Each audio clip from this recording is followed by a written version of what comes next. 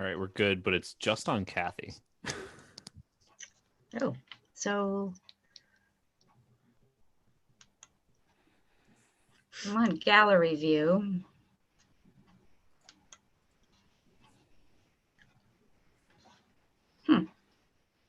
She's my main picture too. Oh, it's on whoever's speaking. It's like if there was a So now you are. presentation. Oh, Okay. so Bruce might have control of the screen because he was doing All right, we're good, but it's just on Kathy. presentation. No, there you are. So we Who's good to speaking? start? We good to start? I mean, we could start as is, but it's not going to show the whole screen. It's just going to show whoever's speaking at one point. Yeah, I don't believe I have access to that. My main picture too. Oh, it's on whoever's speaking. It's like if So, there was Judy, what I would do is when you open the meeting, just explain to the public So that Bruce might have control of the screen because he was doing... announce who's here for the committee, do a roll call, and then you'll be good. Oh, there you are. So who's Okay. speaking? Before we do, Kathy, could you? All right, never mind. She muted herself. So I'm good to start? You're good. Okay, we'll call this special school committee meeting to order pursuant to executive order number 22-1 issued by the governor of the state of Rhode Island. This meeting will be conducted by electronic communication only, and members of the public wishing to access this meeting can do so from the link that's on the top of our agenda. At this time, we'd like to do the Pledge of Allegiance.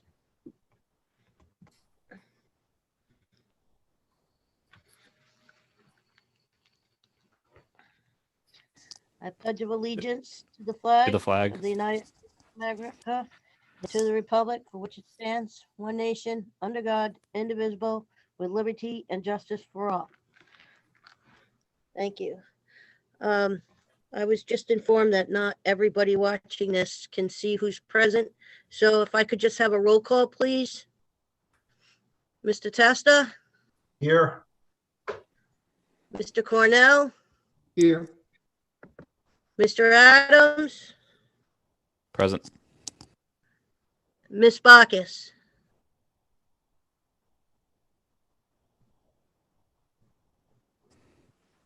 Ms. Bacchus? Madam Chair, it looks like Ms. Bacchus is here, but she's muted. Oh, okay. Here. We also, thank you. We also have Superintendent DeAmerick, Stephen Gothberg, Good evening, Madam Chair. of course, our trusty attorney, Andrew Henius. So at this point, we're going to discuss our one topic, which is discussion or action about the approval request of the projected cost and reimbursement of the high school projects. I believe this is going to be presented by Mr. Tester and Ms. Gothberg. Yes. Thank you, Madam Chair. Should I share the screen, or it was in our documents, but should we share the screen? I think Bruce is going to have a slideshow for us. Can he do that? Okay. Also, when he pulls up the screen, just give it a second so I can make sure it's broadcasting. Gotcha.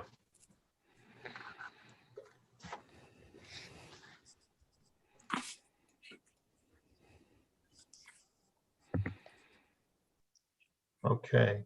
I see the screen. I don't know. Do you see it yet, Kyle? It's getting to that point. Yep, it's on the screen. I see it. Mhm. Okay. All right. Thank you. Thank you, Madam Chair and members of the committee. Before you is there's an explanation of what the high school plans are. As you look to see, this is broken out into what would be reimbursable from RIDE and then the total cost of the project. So if you look in the second paragraph, you look at total reimbursable amount of $301,194,525. Department of Education maximum reimbursement rate is $551 per square foot. Our two schools would be totaling 500,000 square feet. So those figures there for Pilgrim and Tollgate are the total maximum reimbursable costs that we would get from RIDE. So if you look at Pilgrim, it's 151 million, Tollgate's 150. Total, just in round numbers, is $301 million. Of that figure, 50% of that will be reimbursed from the state. There's a possibility that that reimbursement could creep higher, but we're not confident that that extra incentive would be attained. So we did not want to run the risk of putting it in there and then not getting it. So that's the maximum reimbursable amount from the Department of Ed. The estimates on the buildings themselves have come in at about $350 million. And that's broken out in the next paragraph, where Pilgrim, that the total cost for build would be $175,451,775, and then Tollgate would be $174,548,228. So if you look at underneath Pilgrim, when you look at the 50% reimbursement on the $301 million and make it part of the entire $350 million package, the net reimbursement percentage drops to 43%. And that's what that's showing there. So that's showing Pilgrim at 175 million, the state share of 43%, 75 million comes back. The community share is $100 million. And that's just repeated down at the bottom for Tollgate. So at the end of the day, the $350 million project is reimbursed to the tune of roughly $150 million, and the community share would be $199,500,002. So that's where it lands now. This morning, we presented this to the building committee.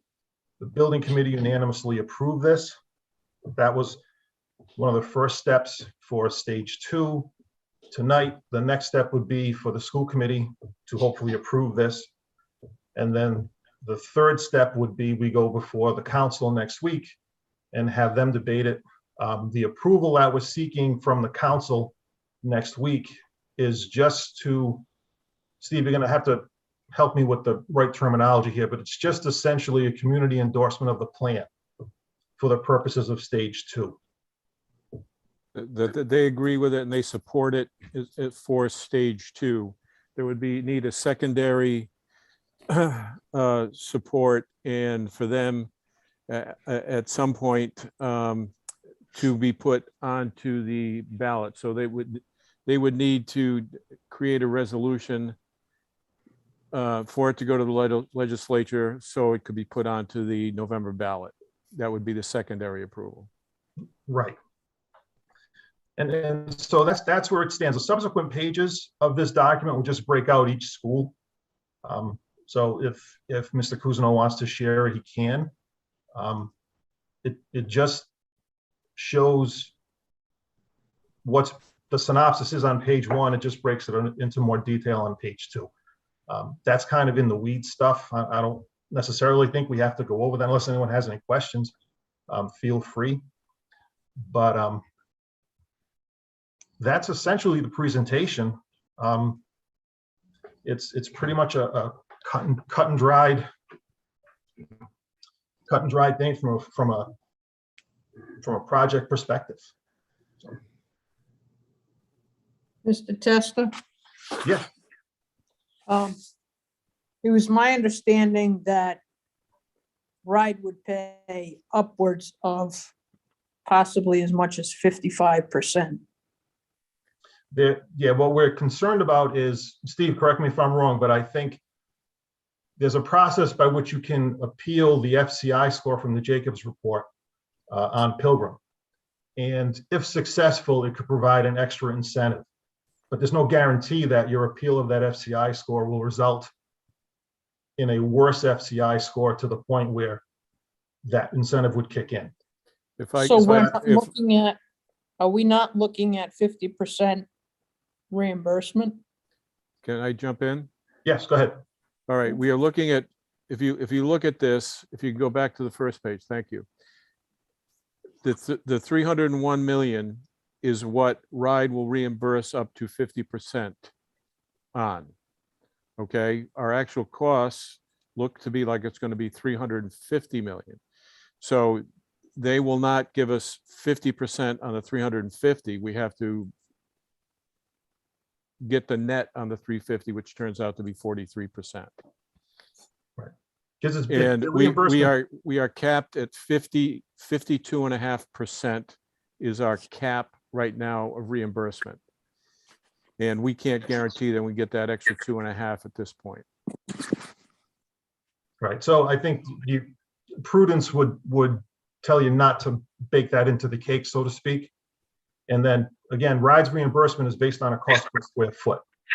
So, and if you're, that 551 from the meetings we've been having, and Steve, from what you're telling me and from what the architects are saying, that's kind of a low number. So, but that's the number you have. Right, that's how RIDE controls how much they're going to reimburse, is what the way I look at it. I mean, if you look at what East Providence did when they built their high school, they built it for $620 a square foot, and that was locked in before COVID. And they were in the high 400s on reimbursement per square foot. So, you know, their reimbursement was not on their total of $190 million.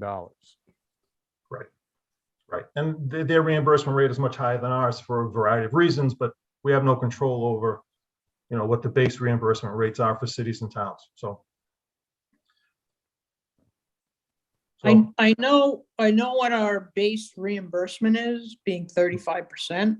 Mhm. But I have some significant concerns, and I imagine this will all come out in the laundry going forward, as we discuss it with people. But East Providence built a bigger school and a bigger auditorium that RIDE told them that they wouldn't pay for. And to my knowledge, we're not doing anything like that, are we, Mr. Tesla? No, the size of the building was the result of, and Steve, I'm gonna ask you to step in if I'm omitting something, but the size of the school, the square footage of the school is based on what the stakeholder meetings had, what RIDE regulations are for square foot per student. So my understanding is we're comporting with all of RIDE's regulations. I don't think we added bells and whistles here. We are not building larger than allowed by RIDE. We're going for a comprehensive high school, which is inclusive of career and tech into both buildings. We're staying within the allowable square footage. However, it costs more than $551 a square foot to build a building.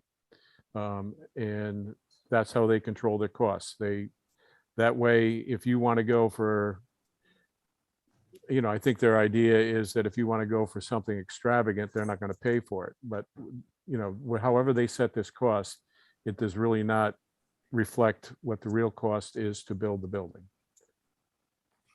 Right. Now, whether that changes or not, whether there's been talk in the governor's budget, including some additional incentives for school construction, but we haven't seen any language to that effect. So, you know, hopefully there is, and it would apply to this project. But as of right now, the 50% reimbursement rate is the amount that we feel is very realistic. So if it goes to 52.5, another 2.5% on $300 million is about $7 million. So that's just $7 million less for the community to share. Will we have enough? Will we have enough space for everything? There were some librarians who said, "Oh, I'm worried that there won't be enough space for the library the way that it should be, you know, modern state of the art."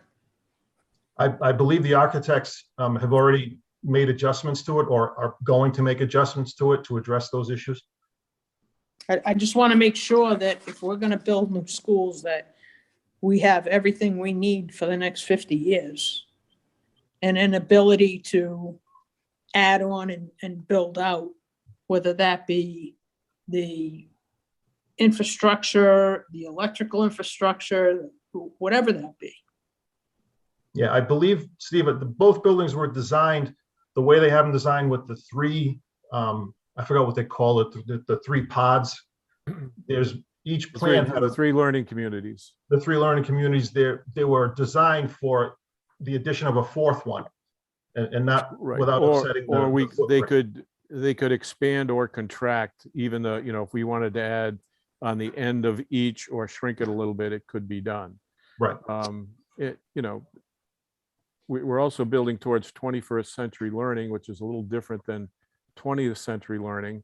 So there, I think there's some adjustments that people have to think about how they work and teach in these buildings. And we're all going to have to think about how we do that.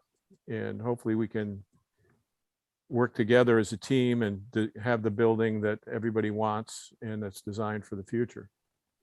And then you have to work, well, you don't have to, but it's wise to work within the guidelines RIDE sets for them to reimburse.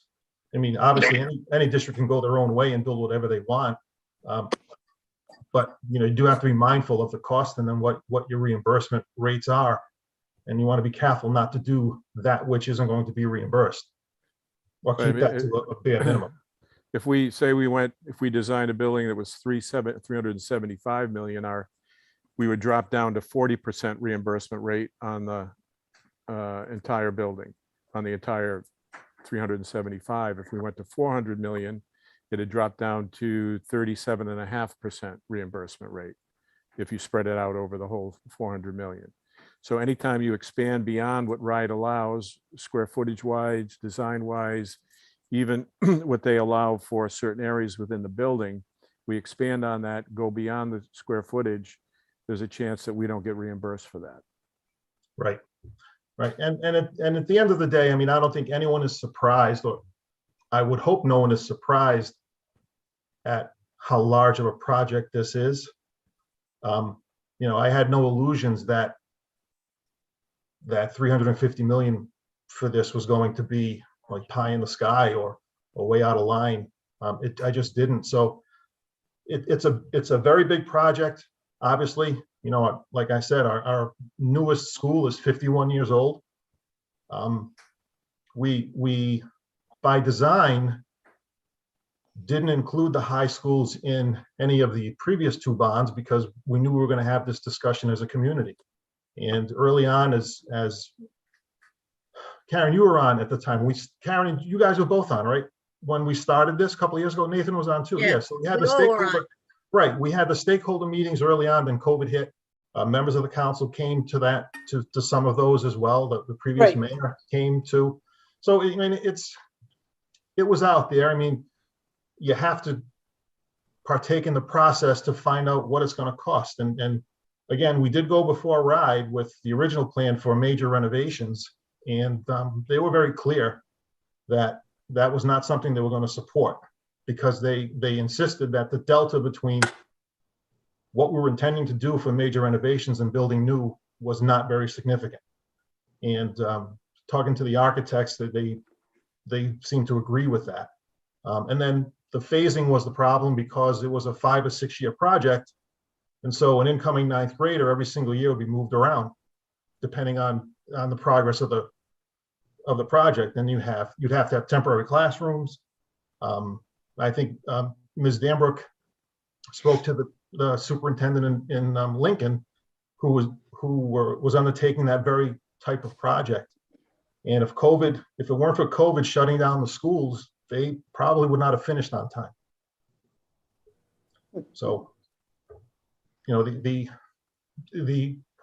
argument about why didn't we just do major remodels on both? I mean, we looked at that, and again, when RIDE is the big reimburser here, well, the state is, so you have to be mindful of that. I mean, we could have gone the remodel route and spent maybe 270, but you know, very little of that's reimbursable. I'm not so sure that's the best thing for students. I don't think it's the best thing for the community either, or for staff. So, I mean, this is a big project. Ultimately, my hope is that it goes to the voters to approve or reject. But, you know, my hope is that it does go to the voters. So. Madam Chair, Yes, Ms. Danbrook. Yes, I just want to reassure everyone that Mr. McCaffrey was very much involved with Frank Locker in the how many classrooms, all the different spaces in the two high schools. So he was very much involved in that. So I just want to reassure everyone that. Is Frank still involved? I believe he is. Superintendent? Mr. Locker has finished his work. Yeah. He was for phase one, so stage one. Right, So stage one he is was done. idea guy, yep. He was the educational consultant. Right, and So- I know that the superintendent and I think Mr. Gothberg, they toured East Providence with the mayor a couple of weeks ago. I was invited, but I was out of town, so, but, you know, I've known other people that have toured that school as well, and, I mean, it's what a 21st century building is. I mean, there's a lot of light in there, there's a lot of glass, there's a lot of windows. It's a whole different way from when we went to school. We went to school in a hall with square classrooms, and that was it. So, you know, windows, if you had them, you were lucky. And if you had them, they were up top. So it's a whole different concept for flexible spaces. The buildings are built to flex. You know, I think, you know, I'm extremely excited at what I've seen. As a parent and a taxpayer, I'm fully prepared to support it. I just wish, you know, my kids had the opportunity to go to a school like this. So, and I'm hoping that, again, let the voters decide it. And if they decide yes, then I think that what flows from new and modern schools into a community is a lot of intangibles. The tangibles are property values. I think it helps halt the drain of kids away who go to these districts with newer and more modern facilities, because, you know, yeah, we have to have our head in the sand if we don't think that's why some of these students leave. And I think we need to compete. I mean, as sad as it is that public schools need to compete with each other, we have to compete with each other, and facilities is a big part of that. Mr. Testa, you're 100% right. And my worry is, are we going to have enough space? Because, like I've said from the very beginning, since 2012, if we build it, they will come. And they will. And that's proven because when we built Pilgrim, people came into the city. And when we built Tollgate, people came into the city and moved here for our schools. And if we build new schools, more people will want to be here. Yeah, I agree. And part of this whole process was another demographic study. And this was done by an outside company, not NESDEC. This is, I think, the third demographic study I've seen since I've been on the school committee or been involved. And they've all said pretty much the same thing. So, you know, even if you build new schools and you get an influx of, you know, 200 students across 4 high school grades in a school, that's 50 kids a grade. That would be a significant number, but I think the building is size where it can handle that kind of an increase. And then the demographic turnover in Warwick is, as we all get older and, you know, real estate turns over, we're still a city of predominantly single family homes, and maybe they don't have 3 kids in them, but they may have 1, 2, maybe a few with 3 or more. So I think long term, that's why these demographic studies show that our school population kind of, it drops, flat lines, and then starts to tick up a little bit. And I think that's just a reflection of your housing stock and the age of your city. So I just want to confirm, I've been trying to, hold on 1 minute, Mr. Cornell. So as far as the amount that we will be reimbursed, it could possibly go up a few ticks, but the only way it's going to go down a few ticks is if we go off and expand things a little bit differently, and they're not going to cover that. right, if our cost of our project, we make it go to 360, Okay. nothing's coming back on But that. they're not going to renege and go down on what the percentage are already. It only can move up a little bit. No, and I'll give public kudos to Mr. Gothberg. He has developed a very strong relationship with RIDE. He's in direct contact with Mr. Carreno, who heads up this part of RIDE. So Steve has crossed every T and dotted every I. We wouldn't do anything if we weren't reasonably sure, very reasonably sure, that we were doing the right thing as per RIDE. So I'm very confident with the reimbursement rates. Ideally, I'd like to see it tick up a little bit. I did also sent an email to the superintendent earlier that when East Providence built their high school, I believe they got some financing from the Rhode Island Infrastructure Bank, but I don't know what for. So she was going to reach out to the people in East Providence to find out what was behind that. So I don't know if that's another alternative to try to get some additional financing, but the amount of work that's been done here for the last 2.5+ years, everybody involved I think has done a tremendous job, and I don't give those compliments out too lightly. This is thorough. I'm pleased with it. I know it's a big expense, and I think that this is something that we as a community have to decide if we're willing to support. And I just want to thank everybody who was involved, Mr. Gothberg, the architects, superintendent, anyone and everyone who's been involved, because this has not been taken lightly. This has not been rushed through. This has been thoughtful, and this has involved all the pertinent stakeholders. So I have no second thoughts or reservations about the process.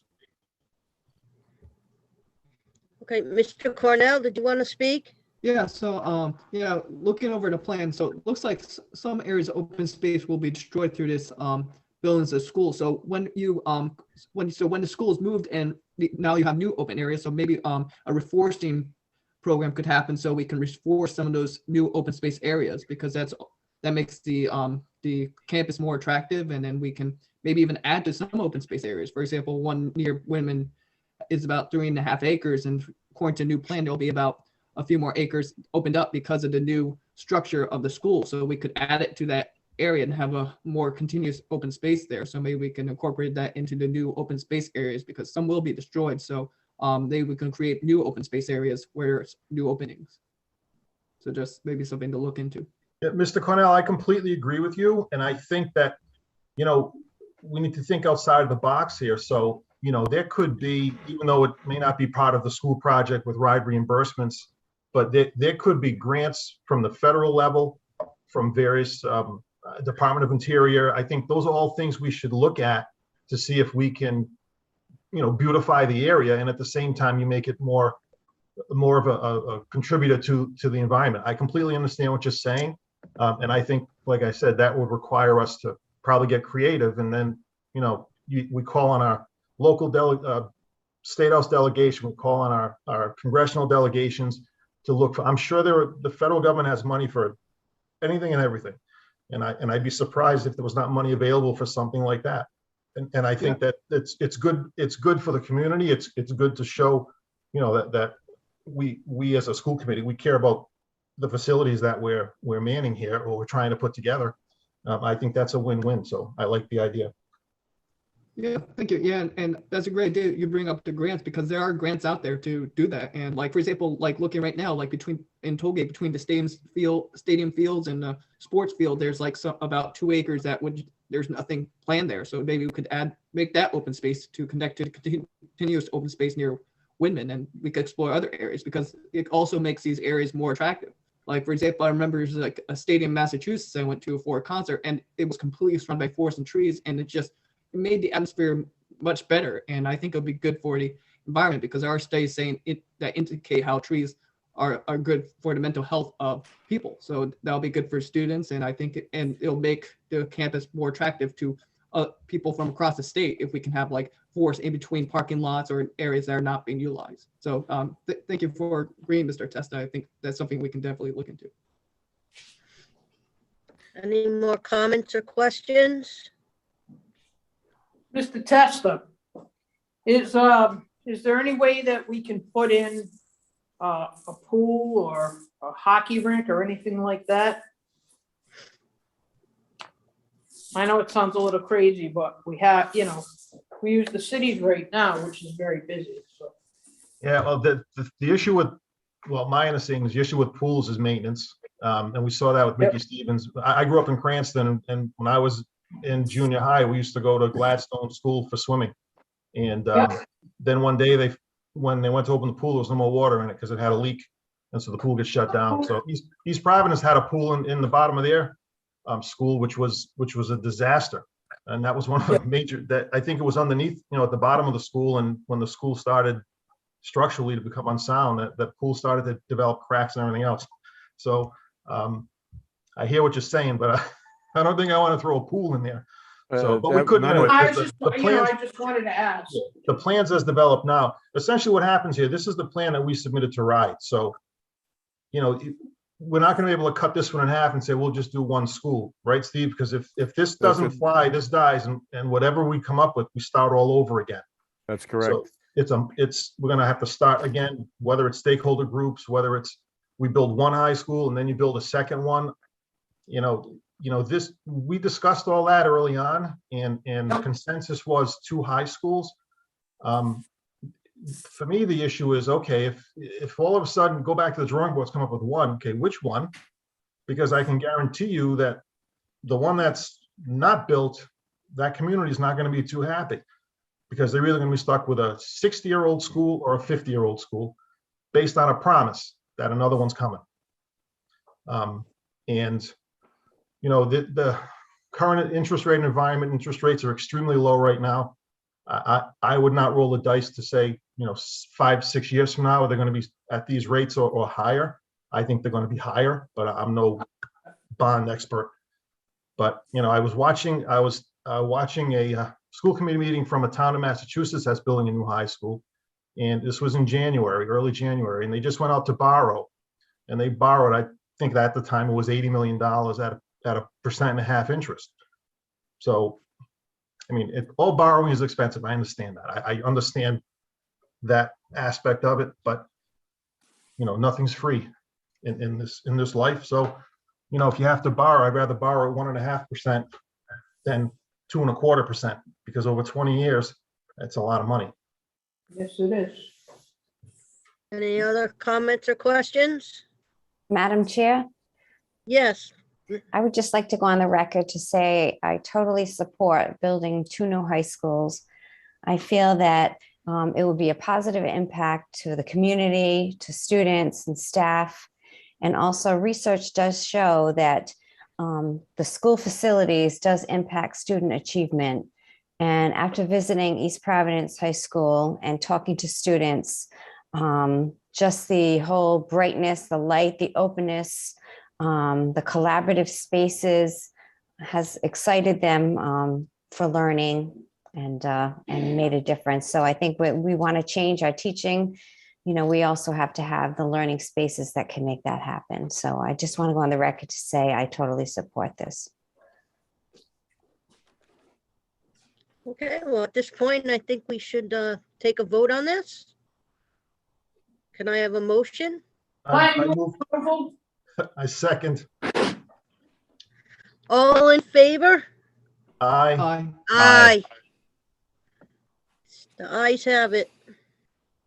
Thank you very much. I look forward for this to go on Monday. Hope that it gets to the voters so they can put their 2 cents in on what if they want these schools or not. Thank you, everyone, for your hard work. Thank you. Thank you. Motion to adjourn. What? Second. We have future meetings. Our monthly school committee meeting sorry. is going to be Tuesday, February 8th. And that will be in person. And like I said, if you want to pay attention on Monday, this will be going in front of the city council. So at this point, I will take your motion, Mr. Testa. Okay, motion to adjourn. Second. All in favor? Aye. Aye. Thank you very much, everyone. Thank you. Good Thank night. you. Have a good evening.